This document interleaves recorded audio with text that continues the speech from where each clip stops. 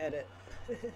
Welcome, people. Happy Wednesday. Hello. Welcome to the newly named Kris and Gina show. Yay. This Hi. lovely co-host to my right, your left, is the woman known as Gina B. I'm Kris the Critic, and together we make the Kris and Gina show. Yes. I'm going to give all of you guys a couple minutes to get a cocktail. We have one. We only had these little baby cups. So, but don't think we punks. We get down in this studio. We'll have several of these before the hour's Exactly. Tonight's show, we have a special guest. We'll bring her in momentarily. The title is called Life After Divorce. But I think you can apply this to pretty much any long-term, really, really bad breakup. Listen, people, things in life happen. Almost 50% of marriages end in divorce. Unfortunately. Well, folks are getting married for the wrong reasons. We'll get into that on the show. That's one of the problems. But before we get started, it is National Macaroon Day. Oh. For those folks. Yeah. I didn't know that. It's National Flip Flop Day. Oh, God. And it's also, and this is for you, National Senior Health Fitness Day. It's for you. It's definitely for me. So we've been doing this, for those just joining us, we've been doing this Dating Over 40 series. So we've tackled things on, why it's more difficult getting a date, or for those who want a husband and or wife. We've had men as guests, we've had some women as guests, pretty good guests. Yeah, we have great guests. Today will be no exception. Super producer Brian, I would like you to bring in our guest for the day, my University of Illinois alum, Yay. Dr. Terrilyn Cole. Are you there? All right. All that garbage I With talked the about the gorgeous camera. glasses. You look wonderful. There you go. Hi. Yeah. Thank you. Thank you. And thank you for the promo on Facebook. If anyone who hasn't seen it, I'm sure my male viewership will go up substantially. Yes, you will. You'll love it. Guys, go there. Check it out. So, Gina B, just so you know, you guys never met. Right. No, we haven't. I was Facebook trolling one day, as I've been known to do. Scrolling, and trolling.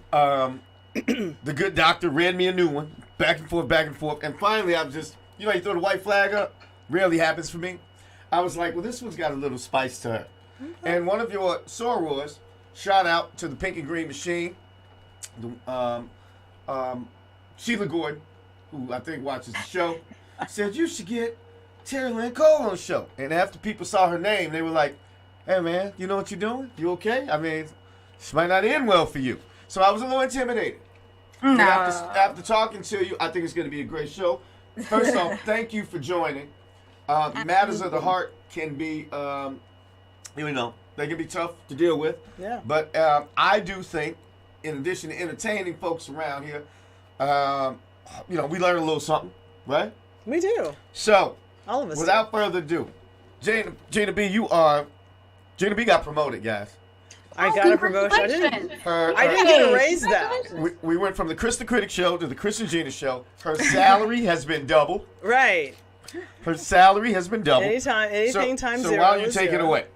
Oh, now I get to take it away. You get to take it away. I get to take it away. That's fantastic. So, relationships, as Kris said, are challenging. And, okay, let's start from the beginning, Terrilyn, if you don't mind. So you are divorced, yes? Twice divorced. How long was your first marriage? 2.5 years. 2.5 years for the first one. Okay. And so how about the second one? It's like 45 days. Right. No, it was not a Kim Kardashian deal. So that was a 2009, 2014. So five years, but we were separated probably by 2011. Okay. So you were separated. Now, if you don't mind our asking, what happened? Why did you end up getting divorced? Which time? Okay, well, let's go. Yeah, let's start with one. Let's start with one. Let's start with one. Yeah. Okay, so and let me just preface this by saying, okay, so the Botox that I get has worn off. So I'm gonna make some faces, and it's not personal. It's okay. We like faces.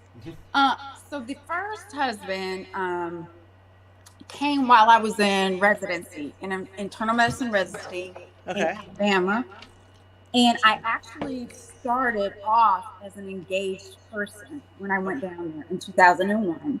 Okay. To the man that I ended up marrying the second time. Oh. So, Okay. The second husband.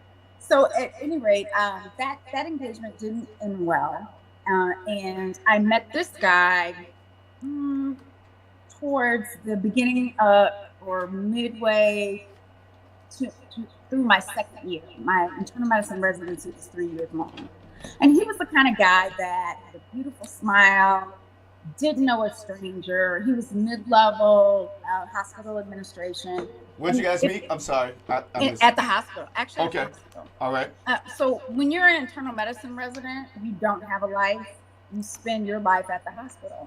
And so I was there all the time. And during that time, HIV was really rampant in the South in the Black community. And it was really hard to get people on medications. It wasn't just poor folks. There were a lot of collegiate Black kids that were there too. And so I spent a lot of time in the hospital. And so I would see him coming and going. And then when my free time came, I was asleep. Like I went home and I went to sleep. A couple times fell asleep at stoplights. So anyway, he went out of his way to befriend me and to be helpful and extend himself. So I would get flowers, all kinds of stuff. Because he was helpful, right? Right, that's lovely. And so when you're being helpful and providing meals and gifts and all that kind of stuff, and I don't have the time to do my due diligence and check, right? I didn't. I did my usual rundown of questions. I knew I was going into infectious diseases. So that meant, have you ever had an STD? Okay, which did you have? Did you get it treated? What year was that? Did you ever have sex with more than one woman at one time? Ever had sex with men? So you had all these. You had all of these. You asked all of this. Oh yeah. I can remember where I was. I was standing in the employee parking lot with him. Man, that's good stuff. These are all good clearinghouses. I probably rolled the dice once or twice in my life. Absolutely no dice. Absolutely no dice rolling. Because this is 2002, 2003, 2004. HIV was a huge problem in the South. There was a lot of people who identified as heterosexual, but they were having same-sex. They were heteroflexibles. They weren't even flexible. They weren't flexible. That wasn't even a word they were using. So anyway, so you ask those questions, and I even asked things like, okay, have you ever had the desire to wear women's clothing, wigs, undergarments, makeup, all that? No. Wait a minute. Wait. Time out. You asked that question? Yes, I did. Is that a normal rollout of your questions? It is, absolutely. Damn. I thought you were thorough, Gina B. Have you been asking that? I never asked those questions. You're engaged right Gina B is engaged right now. I might need to look in the closet and see what's going on. Well, so I knew I was going into infectious diseases. And so when you go in infectious diseases, at least that time, my specialty was HIV. So I already knew. It's a stigmatized population, right? Okay. I also would help people biologically to transition. So a lot of times people were getting HIV because they didn't have the money. So they would sell their body for money to pay for surgery and medications to transition. So there's this vicious cycle of things. So you got to ask all these questions, right? And just because you wear women's clothing or you wear men's clothing doesn't necessarily mean you are gay. Something can happen to you, right? Along the way. I said things to him. We got a quick question. Sure. And we won't interrupt you, but sometimes we get audience questions, and this one's directed to you. Brother Ira Brown, shout out to the Noops. Yo, he wants to know, when did you ask these questions? Was this your first time talking, or after you all had gotten to know each other? He wanted to come. He wanted to cook dinner at my house for me. And before I allowed him to come to my house, because You never know what might go down. I Right. needed to know Right. what type of man I was dealing with. Okay. So so anyway, just because men dress up in women's clothing, I mean, we laugh at comics all the time. I mean, men have been doing this for a long time. Doesn't necessarily mean they're gay. Sometimes it's because of a reason. So anyway, I asked him I all can't that, think and of I that told reason. him, But okay. I'll tell you the reason. So I asked him for his latest STD, screening test. I showed him mine. I made a list of what he needed to get, and Right. and we exchanged them, and I felt comfortable with that. So at some point, within about a year and a half later, he surprises me at my mom and dad's house, asks for my hand, we get married. Everything is fine. I'm still chronically sleep deprived, but I'm in the last year of residency, and I have matched, and I'm going to the University of Washington in Seattle. And we decide we're going to drive there. And it is during this drive that I find out who I'm with. Now he's gay. You guys been together how long before he asked your hand? Wait, were you married yet or about to be married? Wait, what now? When you found out, were you married yet? I didn't know if you were about to be married or you were married.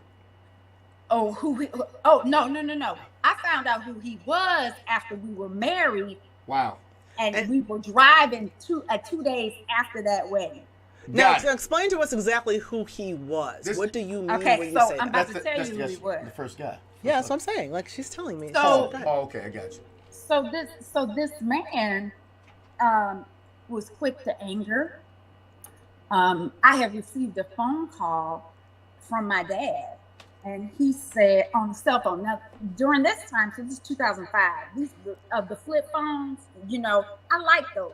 Because when you hung up on folks, they knew you were hanging up. Yeah, they were cool. Like, click. Cool. Click. I hated women with those too. Like, well, I know this didn't hang up. I know she didn't hang up on me. I did, yeah, and did. So I get this call, and my dad's like, "Hey, I gave so and so the phone number to call you. He's probably not gonna call you now because I just told him that y'all just got married and blah blah blah blah blah. But he's gonna tell you, ask you some stuff about residency. Yeah.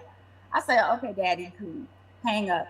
Now, as soon as I hang my phone up, my phone rings and it's this guy. So I answer it, and I'm like, hey, I didn't think I hear from you this soon. So I'm starting to talk, and I'm like, yeah. Next thing I know, this big hand comes across, grabs my phone, and crushes it. We are in Montana, and my phone gets crushed and thrown out the window. Oh wow! And I just look like excuse me, what the fuck just happened? So I said, okay, it ain't nobody out here but you, me, and all these buffalo over here. What and white cops. What? Right. No. This Montana, where you may see a gas station, but nobody works there. It's just one pump. It's a lot of tumbleweed. Nobody lives there. So I say to him, what was that about? He proceeds to tell me it was disrespectful of me to take a call from a man and not let him know who it was. I said, and I can remember saying this, man, what? I said, listen, you're going to be feeling disrespected a whole lot because that was just, I said, that was a medical school classmate of mine who happened to play football, and he called my daddy for the number. He was trying to get information from me for his sister. That's the second husband though, right? First no, husband. The guy you're on the phone with. Wait. The guy you're on the phone with. No, he's just a friend. Okay, cool. This is all for stay with us, Chris. Right. Stay with us. I'm just trying to find So I start realizing, this clown, he's a clown. Like, he really is insecure, and just behavior like that, like just all out of pocket over whether or not, I'm asking a question, why would you ask that? Because shit, it came to my mind. That's why I'm asking that. So, I'm just thinking like, okay, I don't know what his deal is. So I said, what is your problem? This is about maybe a month into the marriage. Like, what is your problem? Nothing is wrong with me. Clearly, if something is wrong with you, because I don't recognize you. Right. And he go, your behavior is odd. It's like you're on edge with everything. What is the problem? Several weeks later, I'm post-call, laying on the floor, watching Friday After Next, and he hands me this Barnes & Noble bag. And I'll just never forget it. And I looked up, and it's late summer in Seattle. And late summer in Seattle, the sun is still outside. So it's 10:30 at night. Kids still riding the bikes. It's still looking like it's daylight. Really? Yes. Like so he hands me this book. And I say, what is it? He says, look at it. Then I had looked up at him, and he's a very tall and big man. And he's crying. And I said, what's wrong with you? He said, please look at it. I sit up, I pull the book out the bag, and I look at it. And I flip the book over, and I look at it again. And I put the book bag in the back, and I gave it back to him. And I went back to watching television. And he says, you're not going to say anything? I said, what you want me to say? Because that book is not for me. He said, no, it is for you. It's for us. No, the fuck it ain't. I said, it's not for us. All right. We got to go. For all of us listening, do you remember the title of the book or what the book was about? I'm about to tell you. There you go. So he says, Terrilyn, please look at the book again. He gives me the book. And on the book is this white lady and her husband. And it's all about how she worked through accepting her husband as a cross-dresser. Wow. Right. Well, and talking. So, yeah, I got to get a drink. Talking. This show's sponsored by Devil's Sister Whiskey. And we need it today. We need it today. That's big. So I gave him that book back. I got up. I walked into my closet. I put on some Asics running shoes. I walked all the way down 2 sets of stairs and out the front door. I didn't take keys or wallet, not my phone, nothing. I walked far. I don't know where I went. I still can't remember that. I don't remember what time I came home. All I know is it was getting dark, which meant it was well after like midnight. Right. And he says to me, standing out on the porch when I come back, because all I'm thinking in my mind is, what in the fuck is this? I ain't signed up for none of this. And that means this nigga lied to me. Did you ask him, like, wait a minute, are you a cross-dresser? Well, do you have to ask that question? I'm amazed So that, because you were dating him. to him, so when I came in the house, I said to him, so what you're telling me is, you cross-dress? He said, yes. Wow. And I said, wow. Why have I not seen this? What do you think? Why did I not see none of this female that was the question I was going to ask you. All of this stuff coming from? How is it that I didn't see none of this stuff in boxes? Where is this stuff at? And for our listening, said, well, great. It's in storage. Oh. So he moved it and it was in storage? But Gina B, just so you know, I've talked to Terrilyn a couple times before this show, about the show, just logistically. She is not one to not notice something. I can pick up on this about us. That's why I'm like, he must have really pulled the wool. You are a physician. You dated this man for how long? A couple years. It was a couple years. See, I am a believer that, we see stuff and don't choose not to see it. You didn't see anything. No, I did not.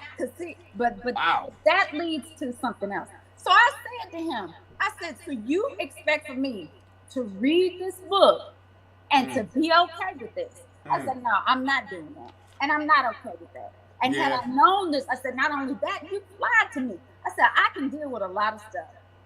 I can deal with a whole lot of stuff. I like that last comment. I said, but I cannot deal with a liar. And you lied to me. And now I've got to go to counseling. That's what I was thinking too. I said, I got to go to counseling. I said, I said, I don't even know what the hell I'm supposed to do about it. I said, my car and my clothing and most of my shit is still in storage in Alabama. Along with his very large pumps. Yeah, listen, I told you this before the show. This is one show that there's going to be no disagreement on. My question, I'm blown away still hearing it again, right? So we had a comment that came up, and we'll talk about you. I want to hear the rest of the story. At the end of the show, ladies and gentlemen, we'll give a few tips for dating after divorce. But Khalid Hankins, thanks for commenting. And then next, I want you to cue Jamal Matuka. Khalid Hankins says, clear grounds for annulment. Did you all get divorced, or was it annulled? Oh no, it was a divorce. So go ahead. Because the advice that I got when I was in Washington at the time was, you're gonna have to split up everything that you have, including everything in your bank accounts. I was like, Whoa. shit. That's a figgity fuck Look, that. look, How long were you married when this happened? So at this point, okay, so the point at which I said I'm through with this Right. and I'm gone, okay, Right. that was about at 8 months. And the reason is this. One, we were living in a brand new home way out in BFE. And we had one vehicle. It was his. And where we needed to go was on I-5 South. And I had to get there, okay? I had no people there. We were 3,300 miles from home. And I needed to, as the only Black person in this, the #1 rated infectious disease fellowship, I could not be making waves, okay? Because as it was like, folks were already kind of making these undercurrent cracks, like, okay, you got this Black girl from the Midwest coming from the South to do ID fellowship. And he was crazy. She's I mean, he was a little volatile. You didn't want to come up, man. You did not want to come up missing in Montana. They would not have, or Seattle or wherever, they would not have looked hard for you. I'm just saying. And y'all seen the movies Lifetime. You know, it goes down. And as it was, during all of this time, you know, he had had a suicide attempt to prevent me from coming home. So let him go. We had, you know, back and forth where he had gotten angry. He had done a lot of things. He's very manipulative. And it turned out he had a psychiatric diagnosis behind it. So, like, say, we were in the vehicle driving in This is on a movie. I-5. And I-5 is 6 lanes. And so and I call it the whole lane. So we be in the whole lane going. He get mad at something I say, clear, make a whole beeline, all 6 lanes over to the right. Clark, get out, take the keys and leave. What? So you know what I would do? I would prepare myself. I always had gym shoes in my bag, grab my shit, and start walking down I-5. Now, where'd you say you were from originally? Where am I from? Right. Champaign, Illinois. You're supposed to call some of your cousins. Okay, but I got it. Okay. No, no no. cousins in the vicinity. And my brother, you know, kept telling my parents, we need to go out there. Yeah, I mean, as a dad with 3 daughters, I don't like, as a person with 3 daughters, I don't like the men physically intimidating women. Like that's just bullshit. That's just some bullshit. And he was much bigger than me. But I will tell you, after I saw him rip the door off of an office in our home and break it in half and threw it down the steps, that's when I was like, wow, this motherfucker is crazy. Yeah. And my mother, and he took my phone. My mom sent me a new phone, and I started moving my stuff out stealthily, trying to come up. This is a movie. This is like J-Lo getting abused with sneaking your stuff. Well, you should have been like, I cut your panties up. Say something again. I cut all your extra large lace all that panties sequin up. shit you All wear. that G-string for your big ass. I'll take your size 22 Manolo bonnets and cram them up here. Anyway. So we end up getting from the nice suburbs and the house and all of that, and we end up moving into the University District. And by then, I got my plan together. I know exactly what I'm going to do. I've already moved what's important to me to my office, in my office building. And at that time, it was right across the street from the Bill and Melinda Gates. And I mean, I'm at the Fred C. Hutchinson Center. I'm like, okay, I got it. You know, everything in Seattle is you got to have a pass. You can't just walk in there. It's security, the whole 9. So I happened to be cleaning out this this laptop, because I was going to give it to a friend who needed one. And I run across this folder that got these pictures in it. So I'm looking at these pictures, and I say, look at this girl. I said, she looks so familiar. I wonder who this is. I said, cause she got a t-shirt just like mine. And I'm flipping, and I realized it's this nigga. That's it. What? In my clothes that was supposed to be going to Goodwill. I got up, I threw on those same Asics, grabbed my hiking backpack, called a cab, went to SeaTac, went to the Alaska Airlines counter and said, I need a one-way ticket to St. Louis, please. Called my aunt and uncle and said, would you please pick me up at XYZ time? Yeah. Got here, they picked me up. I went into their guest bedroom and I slept for almost 2 days. I woke up and my mama was here. And he finally called. I finally answered and I told him, I'll be back in a couple of weeks and you need to be gone because I'm not doing this with you. Right. At all. Wow. Can you blow up Sean Smith? Brought up two good points. Number one of them, we applaud you and thank you for sharing, because you hear about a lot of horror stories. Yeah. And so at least other people know, okay, I went through some crazy, some stuff, but this Right. this is out of the This is a ordinary. little, So, this is out of I applaud the... your character for remaining calm, because that could have been a dangerous situation. So could have. I've heard my wife tell my daughters, and they're little, the little ones, not the older Uh-huh. ones. Hey, if a guy says something really negative to you, don't necessarily snap. Right. But you played it right. I mean, You did, because I'd probably be under the... Gina B is a former boxer. I have seen Big Sky. She would have tried to clearly- fight, and I just don't think that's the answer. She It said would a big not have dude. been the answer. He's ripped off the You know, door. That's what I'm saying. It would have been dumb. So you behave textbook. I mean, for me, but again, you trained to do stuff You know, like this. But the thing about it is, I was in such a state of shock, and I can talk about this freely now because I paid big money to go to therapy, Right. and I went to therapy for several years. I think we all need to. While that was going on and afterwards, and I'm not ashamed to say that because therapy helped me get through this. Because every time I would see a truck that looked like his, I was hiding, like I mean, mentally hiding and shutting down, like.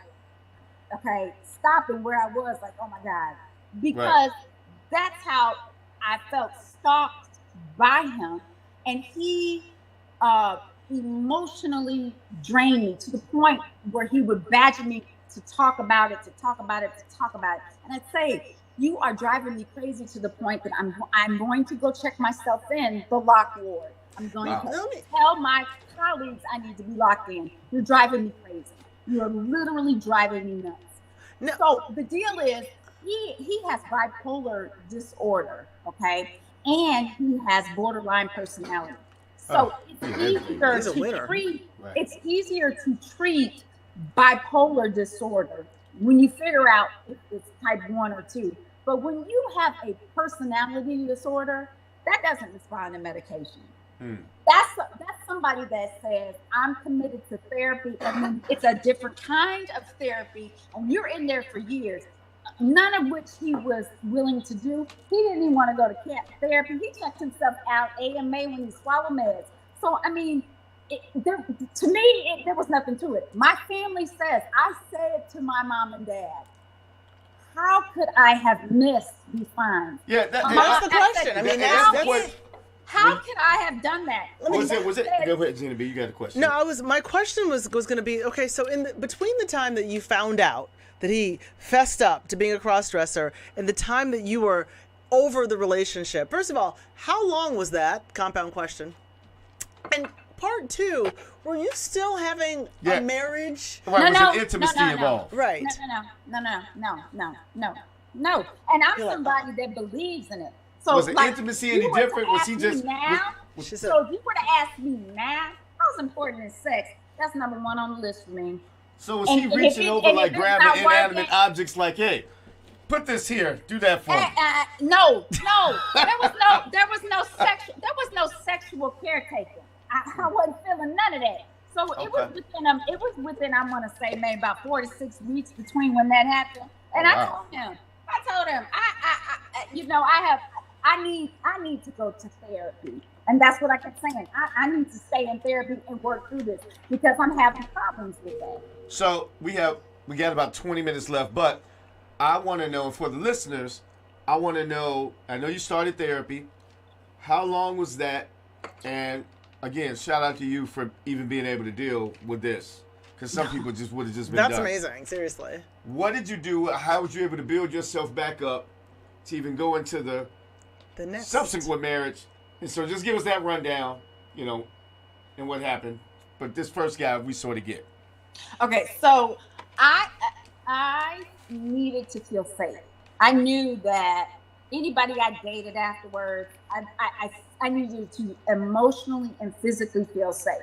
Okay. But I also knew I was not that same chick that went out to Seattle.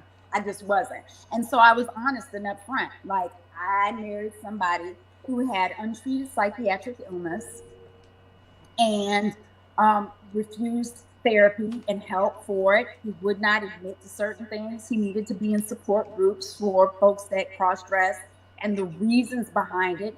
You know, he had been sexually abused by a neighbor for years as a child, and he had internalized that as he must have looked feminine.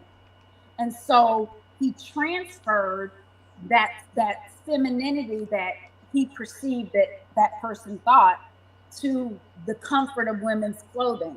And unfortunately, his parents did not believe it, and they punished him for it. And I think that just hastened his relationship to femininity and looking like a woman. I was in therapy for years.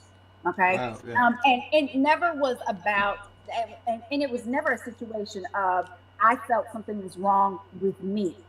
It was a situation of, okay, you these are the questions that you ask. How did you miss the psychiatric illness behind it? And what I learned was, I didn't miss the cues. It was that they are extremely good at being manipulators. Excuse me. And because if they are known manipulators, you are not the first that they manipulated. Turns out he was married before me, and he has been married now since twice after me. Oh wow! So I guess he keeps trying to get people to go for it, and they're like, "No, man, no." I wonder if he comes clean with his new wives. There'll be some women out there like, you know what? Fine. Do you think? I don't know. I don't know. There are some people who are out there who accept that. There are a lot of women who will do that. Now, okay, let me ask you another question. Not on this show. So before you found out about the cross-dressing, and you didn't have any inkling of it, did you find your sex life to be normal or fulfilling? Good question. It was normal. I felt it was normal. Yeah, he's really hiding in. You know what I'm saying? So that's the first thing I asked. And he, because I asked all those questions. I said, so let me get this straight. When you are dressed like that, are you attracted to men? I said, is that what that's about? He said, no, I am not attracted to men. I said, so you're not dressed like that having sex with men? He said, no. I said, you're not going to male gay bars or anything like that? He said, no, never. So when did he want? And I don't know about the cross-dressing community. It's something we don't really discuss. Yeah, it's not really a thing that we... But what does one do when cross-dressed? They go out. They go out. So what I have found is it's not the drag community. Okay, so that's different. Okay. Totally different. Don't know how, but okay. Drag community. This is not the drag community. I'm lumping it all in the same bucket. I'm old. Yeah, but it's not. But it's not the same. It is absolutely not the same. And there are surprisingly a lot of married women to men who cross-dress privately in their own home, or they go out together as girlfriends. It's a lot of that. All right. We get him. Yes. Okay. Number two. I half the time to marriage number two. I got to the St. Louis area and began working one of my first jobs, doing primarily HIV, but infectious diseases and an STD and chronic Hep B, Hep C kind of deal, and helping patients transition. So I did that for an FQHC, a federally qualified health center. And the guy that I was engaged to before I went to residency is in this area. And so eventually we ended up hooking back up and spending time together. And I felt I knew him. I felt he was safe. Right. The issue was more of, but I was not that same person anymore. So things that I would have overlooked or let slide. And you knew this person, you knew him previously. Yeah. So there was familiarity with it. I got it. Right. Now, did you date previously or no? Yeah, absolutely. Oh, okay. All right, so I understand the familiarity now. You're comfortable with it. Yeah. So, I think that sometimes people have a bad experience with something and they say, I'm never doing that again. I'm never not doing that. My parents were married for 49 years. Right. They met each other in the 7th grade. They started dating in the 9th grade. So I come from a household of where I know what black love looks like. I know how that is. You know, for the most part, I have their siblings were married for long periods of time as well. So, you know, I'm really that anomaly. You know, like I said, my brother got married. He's still married. So with him, I think the issue was he thought I was still this same person too, and I was not. And by then I also had a job, like, you know, that made real money. And I think that getting pregnant, I wanted a child, but I had a lot of health complications from it.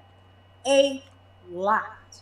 And I also carry chronic illnesses that I've had since I was 4.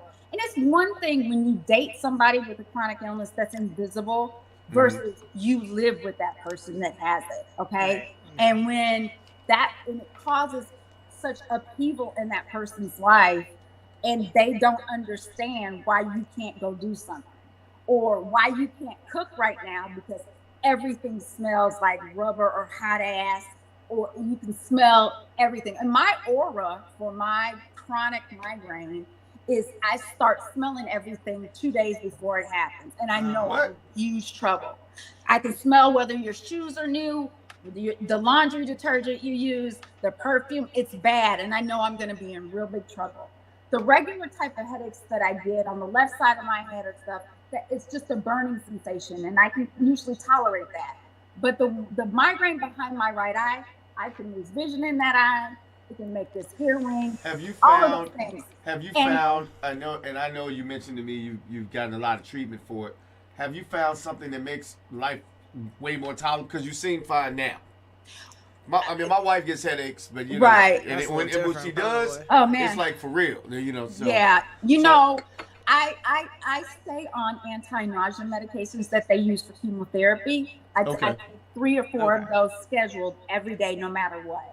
And I find for me that if I can keep the nausea away, then that means I can tolerate smells. So I can cook some more. I can do all of that. I need to get to but if not, then I'm going to be in a world of trouble. But I've been in clinical trials. It's funny because my attorney has said to me while we were going through custody hearing and everything with my son, with my second husband. Okay, so you did have children. Do you have how many children? One child. But that was with the second. With the second guy, not the first one. Right. Okay. All right. So how old is your child now? He's 13. He's 13. Okay, cool. All right. Now, what I want to get to though, just so because we don't have a lot of time, but so I do want to get to this story. So I want to get to the story of like now. So okay, you're married to cover this whole to marriage. I know this is the whole thing. We got 6 minutes to cover the whole marriage. So I want to hear about this guy, and then what was the undoing of that? If you, I really think that I was not the same woman that he remembered. I was very different. Okay. And I was still in therapy, and getting pregnant, I think, was the impetus to get married. And he had come back and was living in the area, and this was his hometown. And it wasn't mine, even though I have a lot of family here. And I don't know necessarily that he was ready to be family, you know. And I worked a lot at it.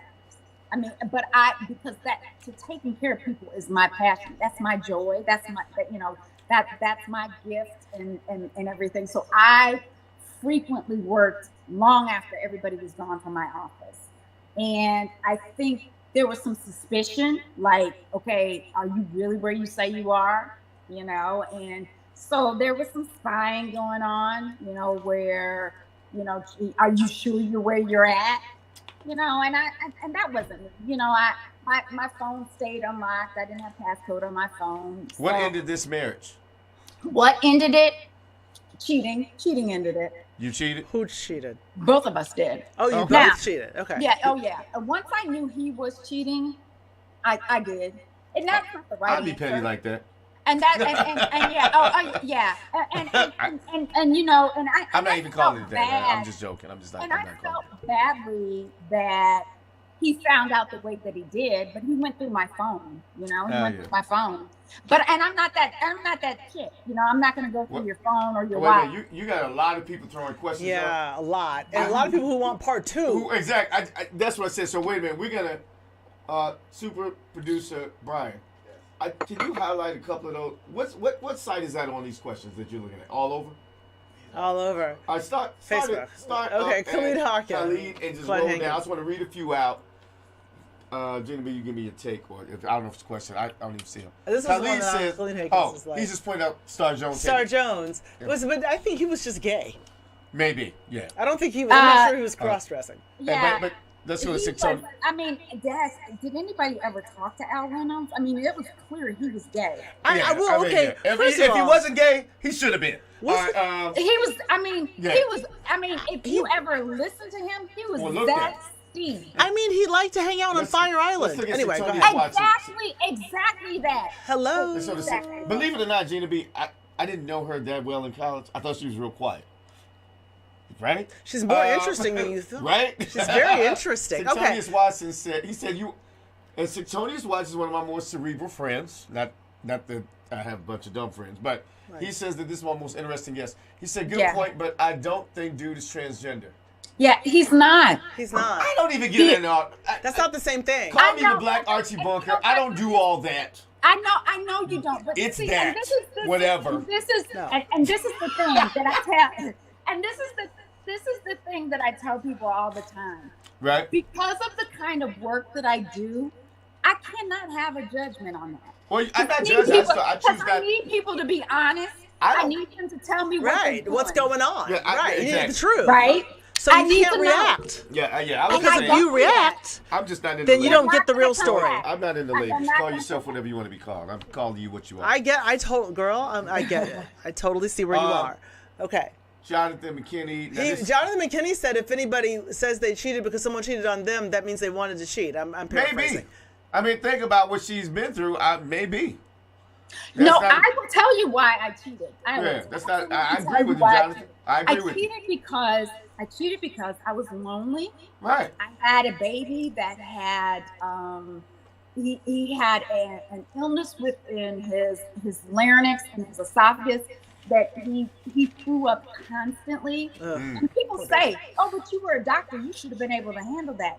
Okay, I'm 37 years old and this is my first baby. Okay, I'm not a pediatrician. Right. And let me just tell you, I had the worst postpartum depression, the absolute worst. I had the worst pregnancy. I was on bed rest by 5 months. Why? Because I started having preterm labor by then.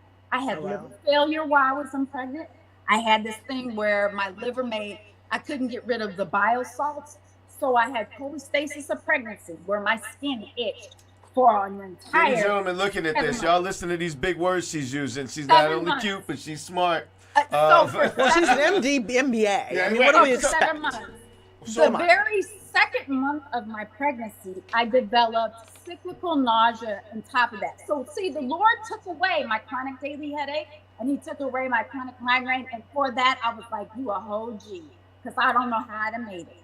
But instead, in order for me to have this baby, I had chronic nausea. And I'm talking about the kind that it's just like, I can't make it. So I wore a needle that was underneath the skin of my thigh, attached to a pole that dripped anti-nausea medicine, and I carried that IV pole around my office, and I saw patients.